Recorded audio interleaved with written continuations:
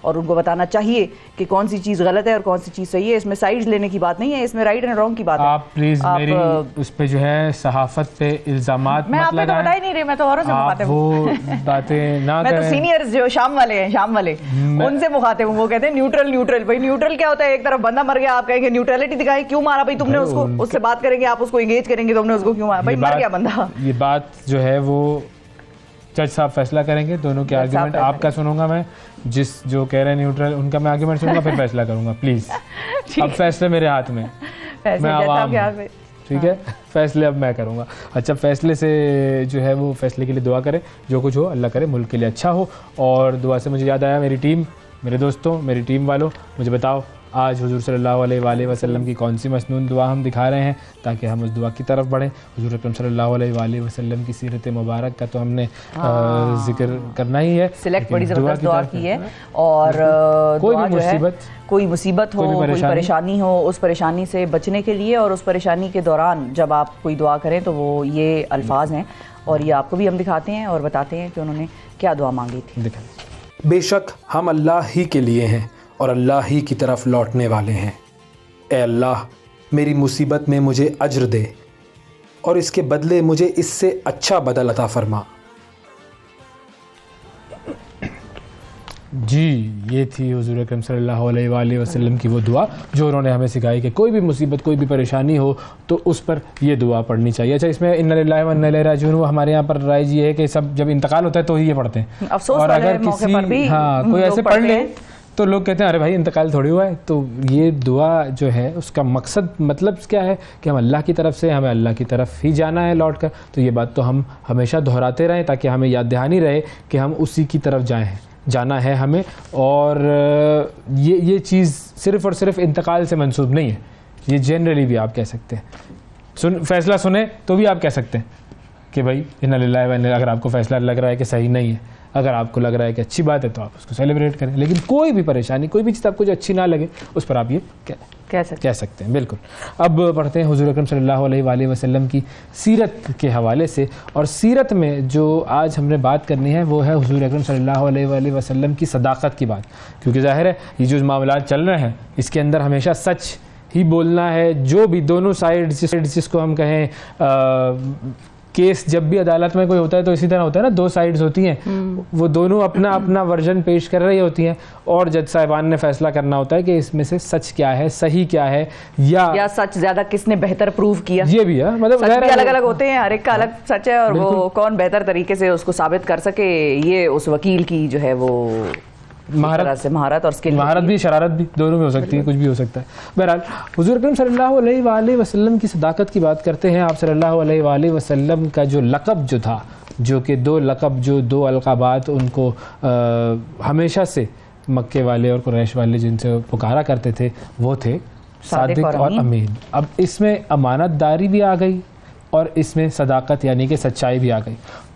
آپ کے اپنے جو ساتھی ہیں وہ تو آپ کی صداقت کا اقرار کریں گے ہی, لیکن وہ لوگ جو آپ کی بدترین مخالفت کر رہے ہیں وہ بھی جب یہ کہتے ہیں کہ آپ صلی اللہ علیہ وآلہ وسلم صادق اور امین تھے, تو اس کا مطلب ہے کہ پھر وہ مہر, یا وہ بھی جب جو لوگ ایمان نہیں لائے اور وہ بھی آ کر آپ کے پاس اگر اپنی امانتیں در رکھواتے تھے تو پھر تو اس کا مطلب ہے کہ you are the most trusted bank ایک طرح سے, کہ ان کو پتا تھا کہ یہاں سے کوئی خیانت نہیں ہوگی, مال کو ان کے کوئی نقصان نہیں پہنچنے کا خدشہ یہاں. حضرت عبداللہ بن سلام رضی اللہ تعالی عنہ جب وہ ایمان نہیں لائے تھے تو حضور کا چہرہ دیکھ کر وہ کیا فرماتے تھے کہ ان کا چہرہ کسی دروغ گو کا چہرہ نہیں ہے, یعنی اس شخص سے کبھی بھی جھوٹ کی یا کوئی کہانی بنانے کی توقع نہیں کی جا سکتی. یہ وہ اس وقت کی بات کر رہے ہیں کہ جب وہ ایمان نہیں لائے تھے. ایمان لانے کی بات تو ظاہر ہے وہ کیفیت بدل جاتی ہے. پھر صلح حدیبیہ کی جو مدت ہے اس میں ہرقل روم جو تھا اس نے ابو سفیان سے پوچھا, اس وقت ابو سفیان بھی ایمان نہیں لے کر آئے ہوئے تھے, اس نے ابو سفیان سے پوچھا حضور صلی اللہ علیہ وآلہ وسلم کے بارے میں. تو اس نے جو سوال کیا وہ کیا تھا کہ کیا دعوی نبوت سے پہلے تمہیں حضور صلی اللہ علیہ وآلہ وسلم پر جھوٹ بولنے کا کبھی گمان ہوا؟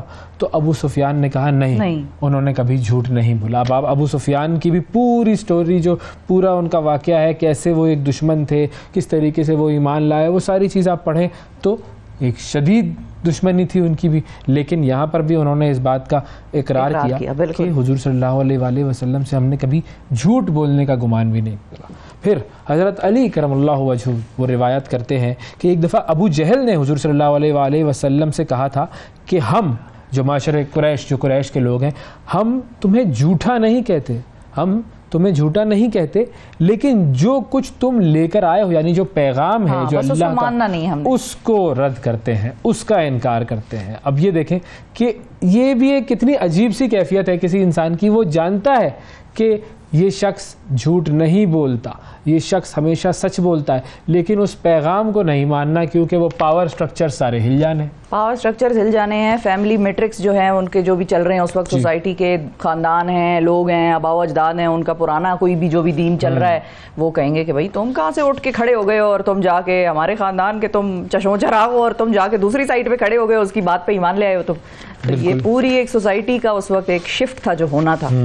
پھر اس کے علاوہ ایک اور واقعہ، وہ بھی بڑا مشہور واقعہ ہے کہ جب حضور صلی اللہ علیہ وآلہ وسلم کو اللہ تعالیٰ نے حکم دیا اعلان دعوت کا کہ آپ دعوت، لوگوں کو تبلیغ کی دعوت دیں، دین کی دعوت دیں، تو آپ کوہ صفا پر چڑھے اور آپ نے قریش کو پکارا۔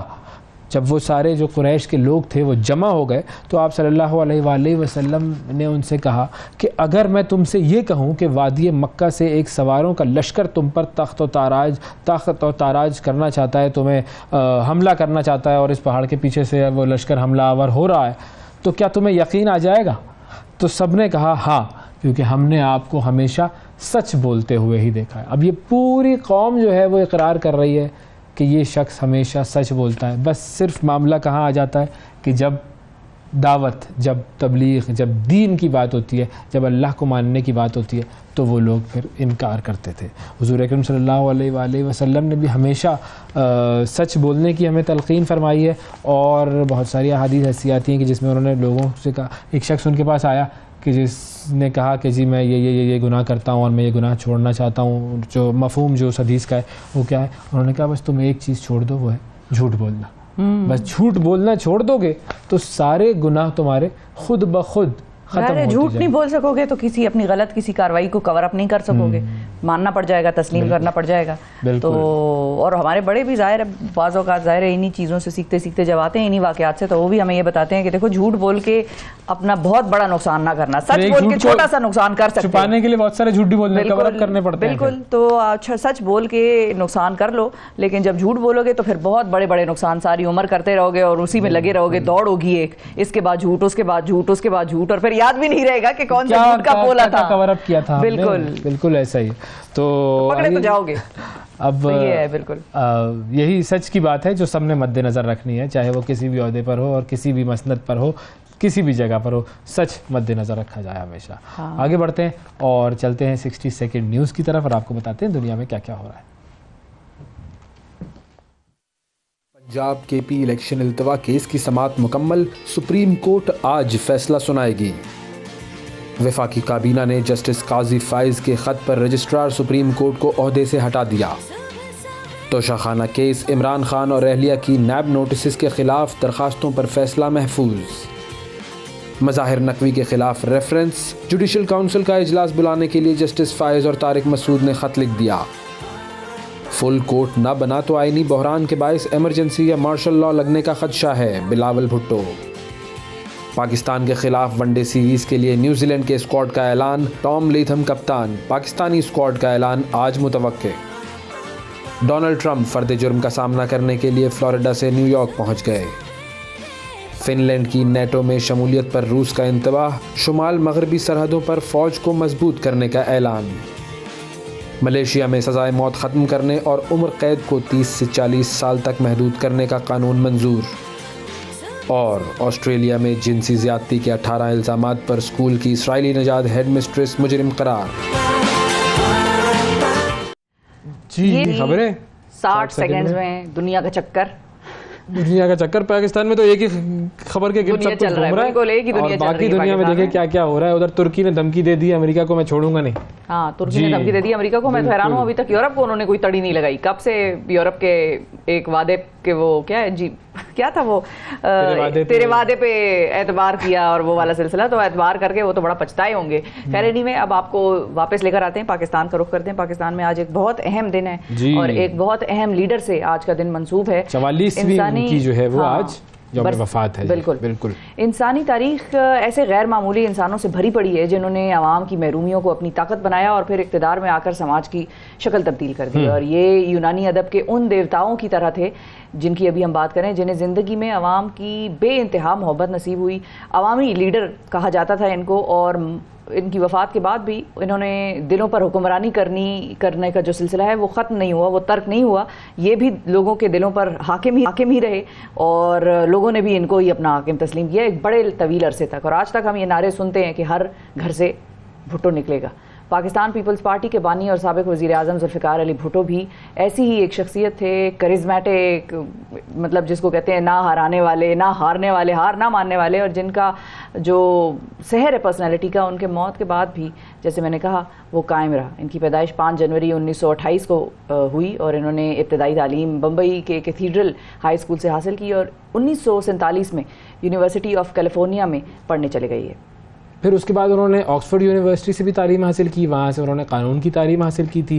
1953 میں وہ پاکستان لوٹ آئے تھے اور کراچی میں لاء کی پریکٹس شروع کی تھی. اور 1958 میں ایوب خان نے جب اقتدار پر قبضہ کیا تو بھٹو صاحب ان کی کابینہ کا حصہ بن گئے تھے. یہ بھی تاریخ کا حصہ ہے.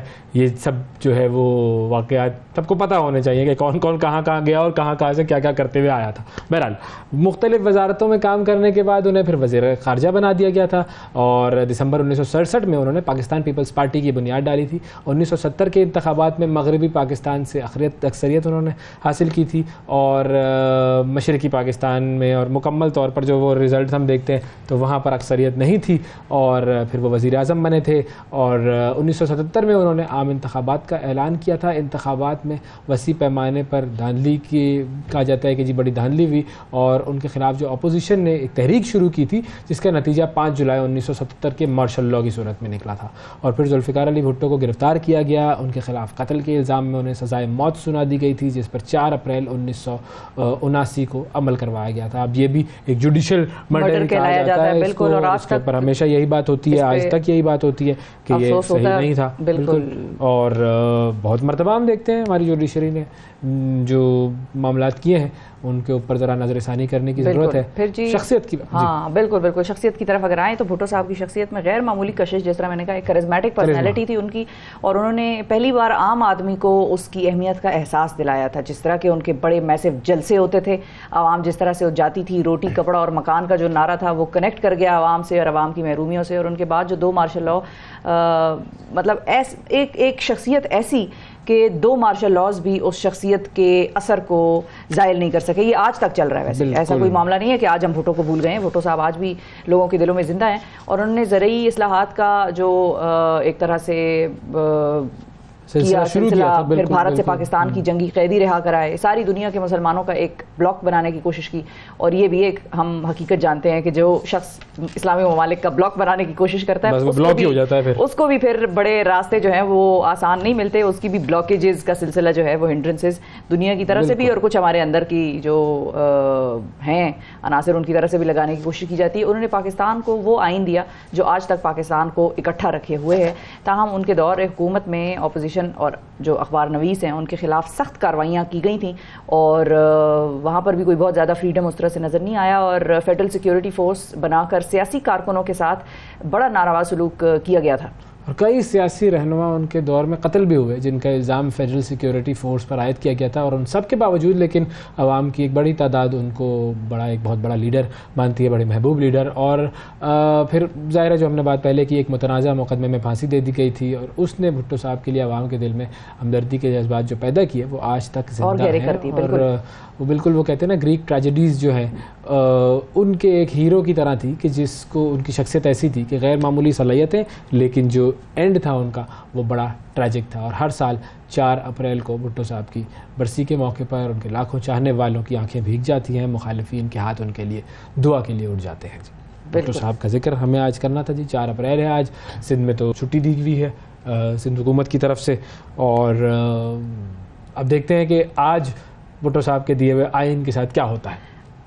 بلاول صاحب نے تو کہا ہے کہ بھائی مجھے لگ رہا ہے کہ اگر اس طرح کی ہی معاملات چلتے رہے تو ماشاء اللہ لگنے کا خطرہ ہے، تو اللہ نہ کرے. لوز اسٹیٹمنٹ بلاول صاحب نے بڑی لوز بال کرائی ہے، یہ ان سے متوقع مطلب ان سے توقع کی جا رہی ہے. عجیب سے حالات ہیں، کیا کہیں؟ نہیں وہ نہیں کی جا سکتی تھی اس قسم کے اسٹیٹمنٹ کی توقع. چلے میں ان کی بات پہلے سنوں گا، پھر آپ کی بات سنوں گا، پھر فیصلہ کروں گا. آج کا چیف جسٹس میں ہوں. نہیں تو انہوں نے تو کہہ دیا نا، اب ان کے بعد میں یہ بات کروں. نہیں ذرا ڈیٹیل بھی تو پوچھتے ہیں نا وکیل سے، پوچھتے نہیں وہ مطلب وہ جو بھی مطلب ان کا مطلب تھا. کیوں مارشل لاء لگے گا بھائی؟ کیوں کسی ایک چیف جسٹس کے فیصلے پہ کیوں کوئی مارشل لاء لگائے گا؟ خامخواہ یہ ہوتی، اس کو کہتے ہیں نیریٹو شیپنگ، پولیٹیکل کامز اس کو کہتے ہیں، پولیٹیکل کمیونیکیشن، اور پبلک کنزمپشن کے لیے بھی ہوتی ہے بعض اوقات. خاص کوارٹرز کو بھی جو ہے اپنے یہ اسٹیٹمنٹ سنانے ہوتے ہیں. تو کیوں کبھی کسی justice, chief justice of Pakistan کے فیصلے پہ مارشل لاء لگنا چاہیے؟ مطلب عام آدمی نہیں ہو تو سکتا ہے، ہونے کو تو اس میں وہی کہہ رہی ہوں نا کہ اس ملک میں جس میں اتنی حکومتیں انتخابات ہو کے آئیں، اور کل جس طرح ہاتھ پاؤں پھولے ہوئے جس طرح ایگزام میں پیپر دے رہے ہوتے ہیں نا، پیپر دیکھ کے سمجھ نہیں آ رہا کہ یہ کیا ہو گیا. اور اس ایگزام کے پیپر کے بارے میں ہم یہ بڑا بخوبی جانتے ہیں کہ وہ جو کورس ہوتا ہے، وہ جتنا بھی کورس سے آئے وہ ہمیشہ آؤٹ آف سلیبس ہی آتا ہے، کیونکہ ہم نے پڑھا ہی کچھ نہیں ہوتا، ہمیں پتہ ہی نہیں ہے کہ وہ کہاں سے لکھنا ہے، کیا کرنا ہے. تو یہی کل صورتحال تھی جو آرگیو کر رہے تھے کہ جو انتخابات ہیں وہ نہیں ہونے چاہیے. تو بھائی عجیب سا معاملہ تھا.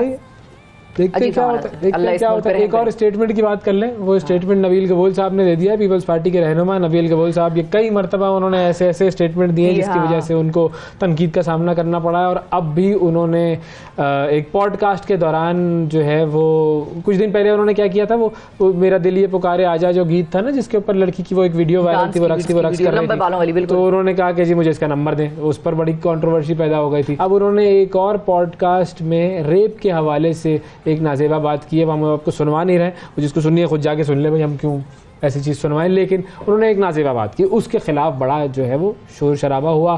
انہوں نے جو بھی مطلب جو مثال دی، اس کے بعد ہوا یہ کہ بختاور بھٹو صاحبہ جو تھی وہ خاموش نہ ہوئی. انہوں نے ٹویٹ میں کہا کہ نبیل گبول کے خیالات کسی بھی صورت ہماری پارٹی کی نمائندگی نہیں کرتے. اوبویسلی یہ بالکل ایسا ہو بھی نہیں سکتا.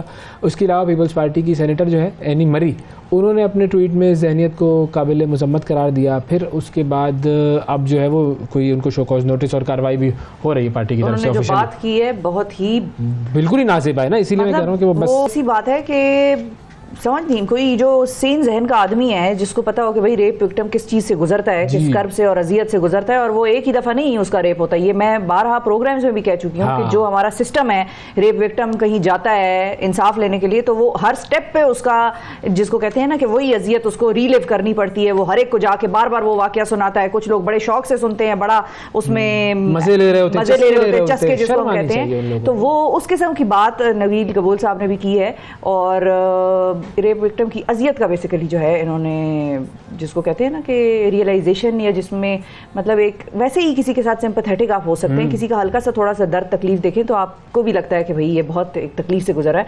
ریپ تو ایک ایسی چیز ہے جو اللہ سب کو بچائے، سب کو کوئی بھی مطلب اس طرح کی بات تو ہونی نہیں چاہیے. اور بیسیکلی مذاق بنا لیں بالکل، اور اس کو ایسے کہ اگلا بھی اور دیدہ دلیری سے اسی قسم کے بیانات ہوتے ہیں جس سے پھر لوگوں کو شے ملتی ہے. چلے جی ایک وقفہ لیتے ہیں، وقفے کے بعد دوبارہ حاضر ہوں گے. اسٹے وتھ اس. صبح سویرے پاکستان، صبح سویرے پاکستان، صبح سویرے پاکستان.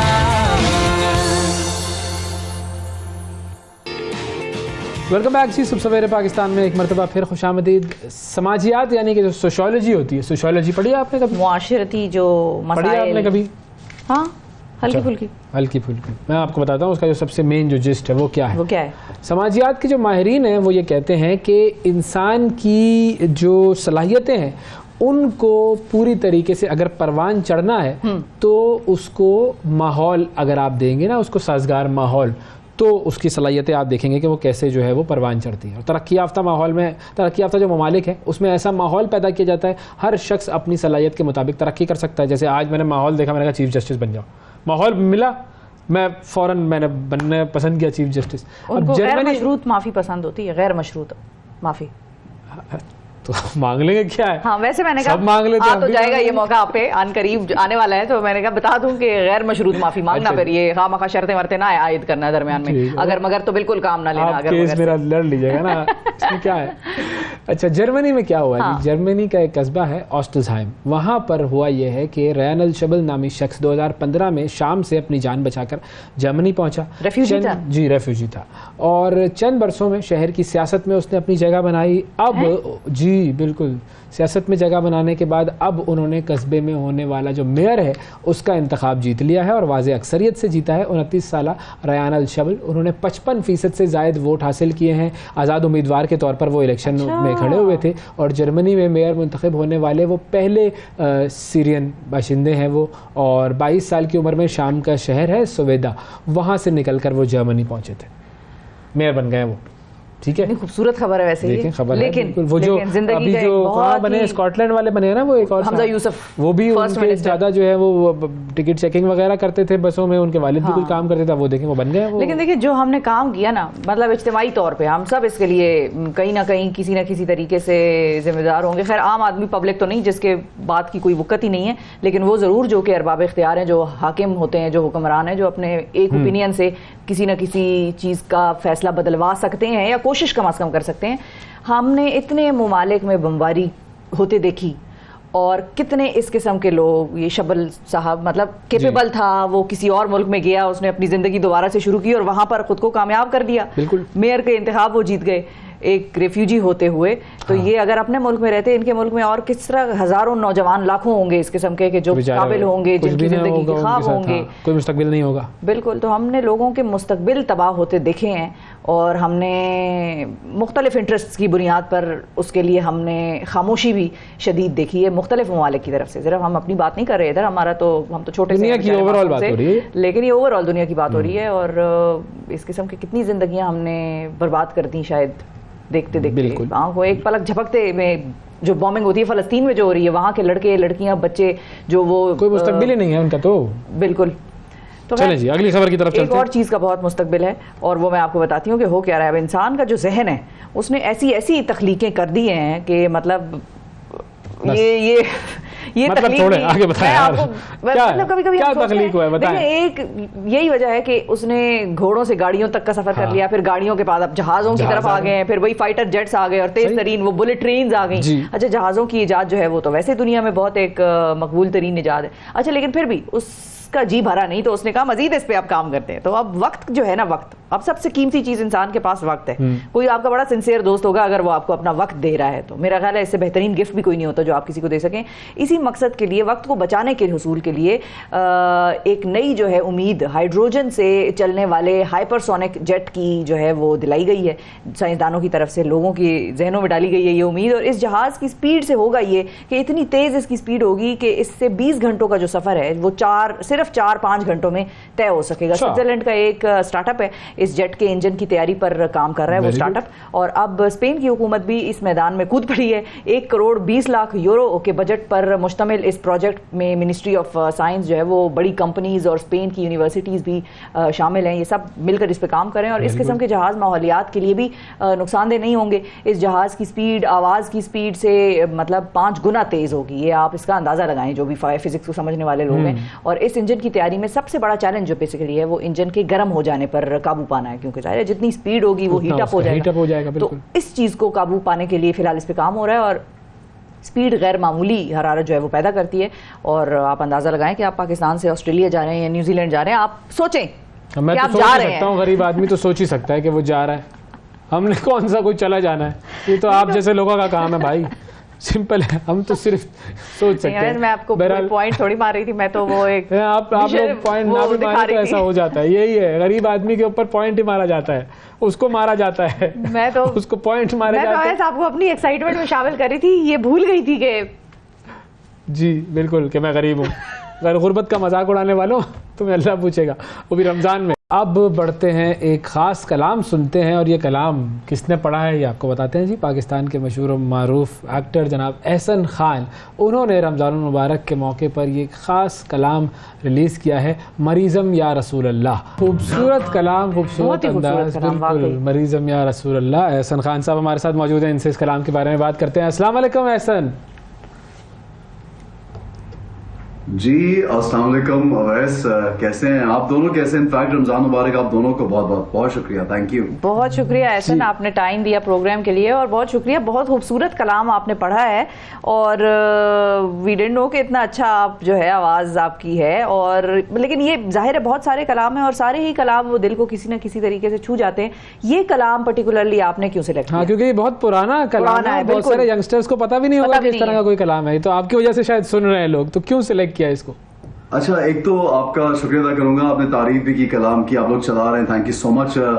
مقصد پہلے اس کا میں بتا دوں کہ یہ ہے کہ رمضان کے اس بابرکت مہینے میں رسول اللہ مصطفیٰ صلی اللہ علیہ وآلہ وسلم کو ہماری طرف سے بھی ایک بینگ مسلم ایک تحفہ پیش کرنے کی خواہش ہوئی، اور اسی لیے میں نے یہ کلام ریکارڈ کرایا. اور جہاں تک اس کلام کو چوز کرنے کی بات ہے تو اتفاق ہے کہ میں کچھ کلپس، جیسے ہم اسلامی کلپس دیکھتے ہیں اور اسکرول کرتے ہیں، تو یہ قوالی ایک ہے جو مجھے بہت پسند آئی، اور وہ کہتے ہیں نا آپ کے دل کو چھو گئی. And I kept on listening to it, اور میرا جی یہ چاہا کہ یار مجھے پڑھنی چاہیے.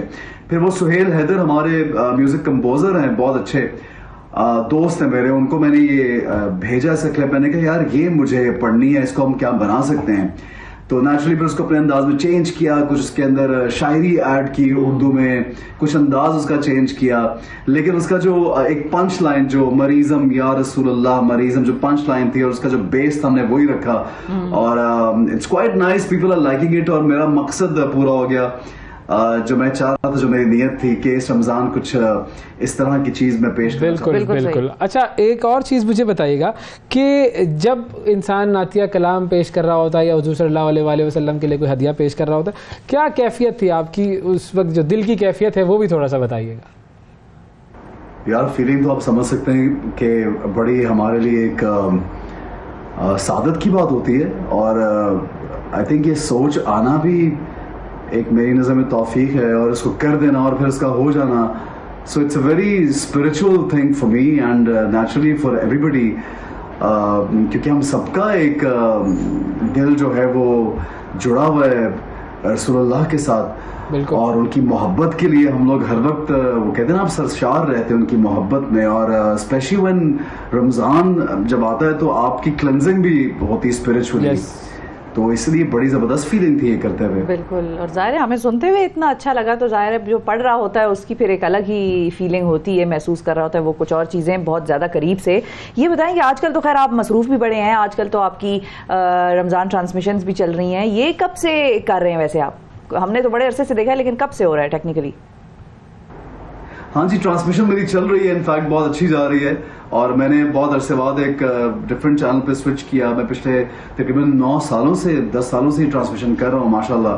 And I am happy because یہ بھی یار یہ ٹرانسمیشن بھی is unplanned. Every year you get to meet lot of scholars, آپ ان سے ملتے ہیں، آپ اسکالرز سے کچھ سیکھتے ہیں، ان کی باتیں آپ سنتے ہیں، تو یو لرن لاٹ. پلس اس کے ساتھ یہ بھی ہوتا ہے کہ آپ جو سوالات کرتے ہیں وہ آپ کے ذہن میں بھی وہ چیزیں رہ جاتی ہیں. بالکل. می ایز اے ہوسٹ، مطلب کیونکہ میں ظاہر ہے ناٹ این عالم اور اینی بڈی، میں تو کچھ بات اس پہ زیادہ نہیں کر سکتا، انسان سیکھ رہا ہوتا ہے. بالکل صحیح بات ہے. اچھا میں صرف یہ چاہوں گا کہ جاتے جاتے آپ اگر ہمیں چھوٹا سا ایک میسج بھی ہمارے ناظرین کو دیں کہ رمضان کی جو ایسنس ہے اس کے حوالے سے کیا میسج ہوگا آپ کا ہمارے ناظرین کے لیے؟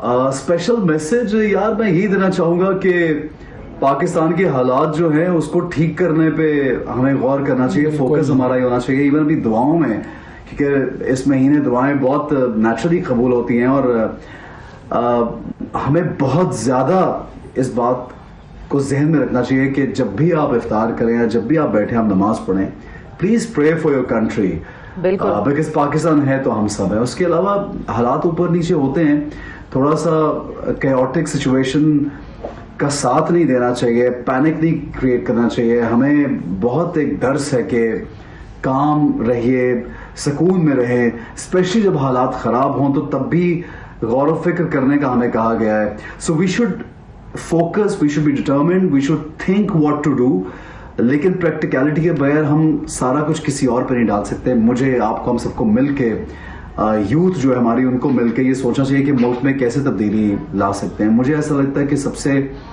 زیادہ جو فقدان ہے ہمارے ملک میں وہ تعلیم کا ہے. دیر از نو ایجوکیشن. اور جو ایجوکیٹڈ لوگ ہیں بھی, they don't even sound educated, they don't even think like an educated person. So education lack کر رہی ہے, اور ہم علم, تعلیم کے بغیر. بالکل تعلیم چاہیے جی, تعلیم چاہیے, اور سوچنے سمجھ کی بیسیکلی صلاحیت چاہیے. ہاں, شعور ہے, بالکل شعور کی ضرورت ہے. بہت شکریہ ادا کریں گے احسن خان. ناظرین ہمارے ساتھ موجود تھے اور اپنا کلام جو انہوں نے پڑھا اس رمضان, اس کے حوالے سے بات ہو رہی تھی, بہت خوبصورت. آپ لوگ بھی جا کے سنیے گا. اب ایک اور بڑی خوبصورت چیز ہوئی ہے اور اس کے بارے میں بھی تھوڑا سا آپ کو بتاتے ہیں, اور ہم بھی جاننا چاہتے ہیں کہ یہ خوبصورت چیز ہوئی کیسے. ایک ماں اور بچے کا جو آپس میں رشتہ ہوتا ہے وہ دنیا کا حسین ترین رشتہ ہوتا ہے, اور مطلب آپ کچھ نہیں کہتے اور ماں سمجھ جاتی ہے کہ موڈ آف ہے یا خوشی بہت ہے, آج کیا بات ہے, بڑا کھلکھلا رہے ہو. یہ ساری چیزیں جو ہے یہ آپ کی ماں جو ہے وہ دیکھتی ہے. خیر باپوں کو بھی پتہ چل جاتا ہے, وہ بھی کوئی کم شاطر نہیں ہوتے, لیکن یہ ہے کہ رشتہ ماں اور بچے کا ایک بہت ہی خاص ہے. اور اگر بچہ ایک اسپیشل چائلڈ ہو تو ماں کی ویسے ہی ساری توانائیاں اور سارے جو خیالات ہیں وہ اسی کے اوپر مرکوز ہو جاتے ہیں. اب ایسا بچہ اگر گم ہو جائے تو آپ اندازہ لگائیں کہ اس ماں پہ کیا گزرتی ہوگی. اچھا, وہ بچہ اگر سالہ سال کی کوششوں کے بعد نہ ملے, ہاں, تو یہ نہیں کہ 4 دن کے لیے گم ہو گیا یا سالہ سال. ہمارے پاس ایک ایسا واقعہ ہماری نظر سے گزرا.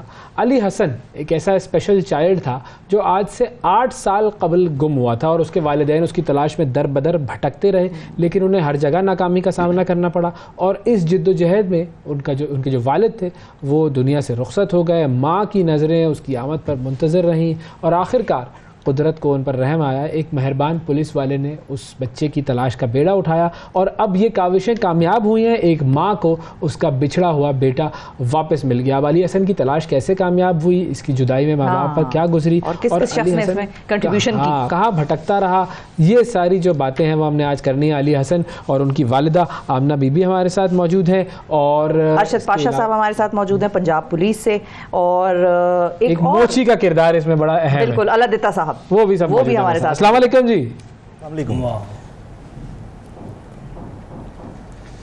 بہت شکریہ آپ لوگوں کا, آپ لوگوں نے وقت نکالا. سب سے پہلے تو میں یہ چاہوں گا, آمنہ بی بی آپ کی طرف جاؤں گا میں, کہ ذرا ہمیں تھوڑا سا بتائیں گے کہ یہ بچہ جو ہے علی حسن, اس کی گمشدگی کیسے ہوئی تھی, کیسے یہ کھو گیا تھا؟ یہ 8 سال جس گم ہوا ہے, چھوٹا جنا تھی, تے اس کو میں مارا تھوڑا جن چڑکا تھی, یہ باہر نکلیا, باہر سے گم ہوا, ڈھونڈتے نہیں لبا نہیں, تے پشالہ مار دروگے والی چاہتا صاحب سارا پھرے ہیں, سب میں بچہ نہیں ملا.